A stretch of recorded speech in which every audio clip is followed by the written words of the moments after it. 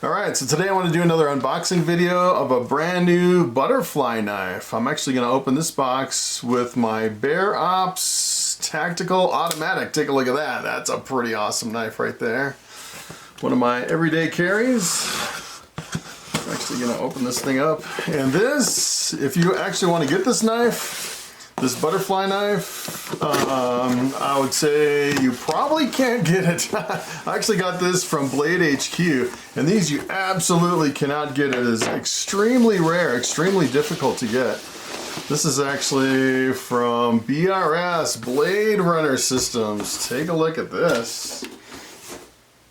So kind of the funny thing about these BRS butterfly knives is that they're such in high demand. You can actually go over to the website, bladerunnersystems.com, look for their butterfly knives, their balisongs, and every single one of them is sold out. You can actually go over to Blade HQ, they're completely sold out. And you can go over to Knife Center, they don't have any of them. So, so you're probably wondering, how did I actually score this one? And what you can actually do is you can go over to Blade HQ, go to their website, look at their butterfly knives, and search from highest price to lowest price.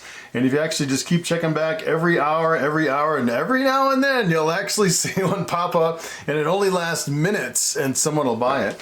I actually bought this one, and then right after I bought this one, they posted another one, and within an hour it was sold. They sell super fast. So take a look at this. This is a really nice case. Blade Runner system right on the top, right on the handle. That's pretty awesome. BRS. Let's see what's inside. All right. So, wow, take a look at that. So this is my first premium butterfly knife. This is kind of interesting. It has a Stonewashed finish, which is kind of interesting. It almost looks like it's used, which is pretty wild. It's kind of a really interesting look to it. Stonewashed finish.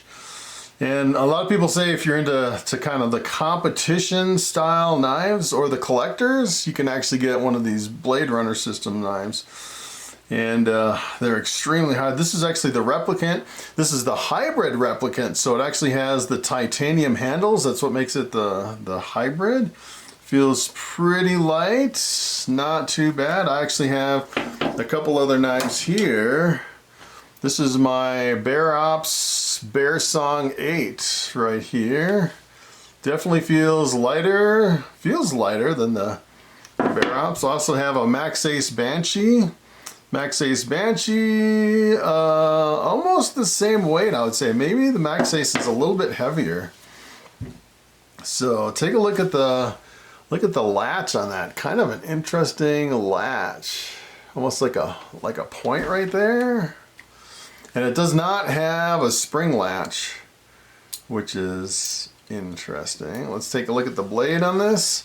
This has the alt blade, which is not the standard blade on this knife. So the standard blade actually has a little bit more of a wider end up here, and the alt blade actually is a little bit thinner.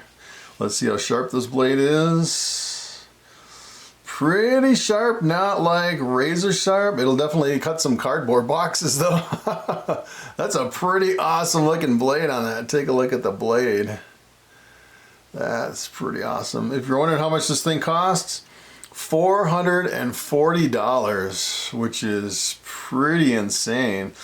I've actually seen these used on websites. I think what a lot of people are doing is they're buying them brand new and then they're flipping them over on different websites. I've seen these used selling for over $700 just because they're so hard to get. You know, I could probably sell this one for probably a couple $100 more than I paid for it. As far as the handle play, looks pretty tight right in there. Not much handle play at all. Has an interesting feel. Gripping onto this, it has this really like a big space right here. You can definitely feel it. You can grab onto it really easy right there. Pretty good play to it. One thing I was wondering is if the latch gets in the way. So on the website they said that it has a latch that's not spring loaded, but the latch doesn't get in the way. So it seems like it kind of bounces out of the way, which seems to be pretty reliable if you get the latch in the way. Looks like a pretty good system. It kind of has that rounded latch. So some of them without the spring latch, sometimes they'll get stuck right here and they'll kind of get bound up in here. But as far as this, it doesn't seem like it would actually stop you from flipping it. Has the BRS logo right there on the blade. Pretty awesome. Pretty good looking knife. I really like the kind of the gray on this one. There's a really kind of an industrial, like a techno look to it, which is pretty wild. So let's take a look at kind of the action here. Looks pretty good, pretty good. Let's see if I can get it straight up and down. Yeah, that's pretty nice right there. No binding. That's perfect. The other thing I like about this is it actually has the hex screws for the pivots. I've actually seen some that have like really weird kind of screws right there that you need special tools. So this looks like it's all pretty much standard.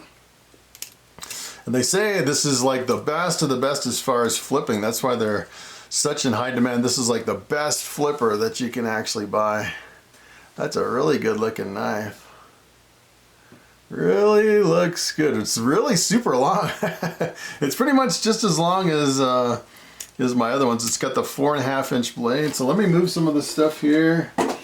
I'll do just a little bit of flipping. Usually what I like to do is I like to tape the blade before I really do a lot of flipping, just in case so I don't cut myself. And it really protects the blade, so if I drop it, I'm not like dinging up the blade. So I usually just run a little piece of duct tape right along the end right there. It feels, I just put some lotion on my hands. I'm a little nervous flipping this thing with a live blade. It feels really good. I really like the way the handles with the lotion on my hand there. It's a little bit slippery, I'd say. It's almost, I'd say, if you actually compare it to the Balisong, so this is the Balisong 8 from Bear Ops. This thing is like really super clunky. This is like a $100 knife right here, and this is like $440. So this is, I think this is 110. And then this one is the Max Ace Banshee, which is a $160 knife. I actually have this is my like everyday flipper that I've been training with. This has actually it came with a really sharp blade and a training blade, so I swapped it out for this training blade. And this one, see if I can do it here without hitting anything in this limited space right here. So if you compare that, that's really super grippy. If you compare that to this one, oh, if I can do it. My hands are all slippery from the lotion. That's kind of the hard part. It doesn't really have a lot of grip right now. Plus I'm kind of freaked out about the sharp blade on there. But I really like the look of it. Looks awesome. So as far as flipping it, it flips really good. A little bit more slick right up in here, especially with the lotion on my hands compared to these G10. These are actually G10 handles on the Max Ace Banshee. This is actually like a type of fiberglass. And this is a Cerakoted steel on this one. And these are titanium. Pretty nice, pretty nice. I'm getting the hang of it. It seems like every time I pick up a knife and I start flipping it, it takes a little bit to get used to flipping the knife. Plus I'm used to flipping with a lot more space. This is kind of like a confined space right here. But it almost feels like halfway between this one and this one, where it's a little bit more clunky than this one, I'd say. This one, the Max Ace Banshee seems bouncy, so if you actually come together, it kind of bounces right here, which is an interesting effect on this knife. And this one just seems clunky when it kind of clunks together. This one seems a little bit clunky compared to the Max Ace Banshee, but it's super smooth, which is pretty awesome. Really tight tolerances on this. And just kind of flipping it just a little bit, it seems like the some people complain about the latch getting in the way, and most people I'd say will take the latch off. It's kind of the first thing they'll do. But I think I'm just going to keep the latch on, which is pretty cool. So that's the BRS Replicant Hybrid with the alt blade. That is pretty awesome. Pretty awesome knife right there. Yeah. So is it worth $440? I don't know. I think just because of the collectability of this, because they're so rare, definitely worth the money. Kind of the weird thing is you can kind of see, it almost looks like it's used. Almost looks like it has like a patina to it. Almost looks like an antique. That's kind of the way I'd kind of describe the way it looks right out of the box. So if you actually compare the blade length, pretty much exactly the same as the Bear Ops. And then on the Max Ace Banshee, this training blade was just slightly less than the regular blade. So I'd say it's pretty much exactly the same as the regular blade. It's a little bit short, it's a little bit longer than the training blade.